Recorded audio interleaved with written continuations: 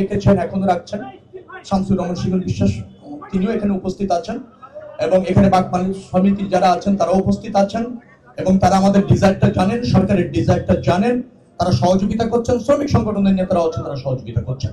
অর্থাৎ ভাড়া বৃদ্ধি, অতিরিক্ত নেওয়ার কোনো নিদর্শন আমি এখানে পেলাম না, এবং আপনাদের সামনে সেটা পেলাম না। আমি এসেছিলাম, আপনারা সাথে ছিলেন, আপনারা যারা প্রশ্ন করবেন আমি জানি, আপনারা সাথে ছিলেন, কাউন্টারগুলিতে গিয়েছেন, সবাই কিন্তু নির্ধারিত ভাড়া নিচ্ছেন। দুই একটি পরিবহন 20-30 টাকা আরো নির্ধারিত ভাড়ার চেয়ে কম নিচ্ছে, আপনাদের সামনেই বলেছে। এখানে পুলিশ কন্ট্রোল রুম আছে, ভিজিলেন্স টিম আছে, র্যাবের কন্ট্রোল রুম আছে, সেখানে নির্ধারিত করা ভাড়া সমস্ত জায়গায় আপনাদের সামনে টানিয়ে দেওয়া হয়েছে।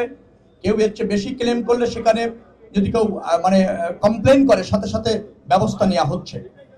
পুলিশের কন্ট্রোল রুম, ভিজিলেন্স টিম এবং র্যাবের কন্ট্রোল রুম বলেছে কোনো অভিযোগ খুব একটা তারা পাননি, খুব একটা ব্যত্যয় এখানে ঘটেনি, নির্ধারিত ভাড়া নেওয়া হচ্ছে, এবং বাসগুলি যথাসময় ছেড়ে যাচ্ছে, যাত্রী কোনো হয়রানির শিকার হচ্ছে না। এখনো পর্যন্ত যারা বিভিন্ন রুটে কিন্তু অ্যাভেলেবল টিকিট আছে, কয়েকটা রুট আছে যেখানে টিকিট অলরেডি সোল্ড আউট হয়ে যায়। অর্থাৎ নির্বিঘ্নে নিরাপদে ঈদ যাত্রা যারা বাসে যাচ্ছেন তারা এখান থেকে এনজয় করছেন, কোনো হয়রানি অথবা কোনো বিড়ম্বনার শিকার তারা হচ্ছেন না। এটা আপনাদের সামনেই আপনারা দেখলেন আর যে আমরা এটা করার চেষ্টা, যে উদ্যোগ আমরা নিয়েছিলাম গত 15-20 দিন ধরে।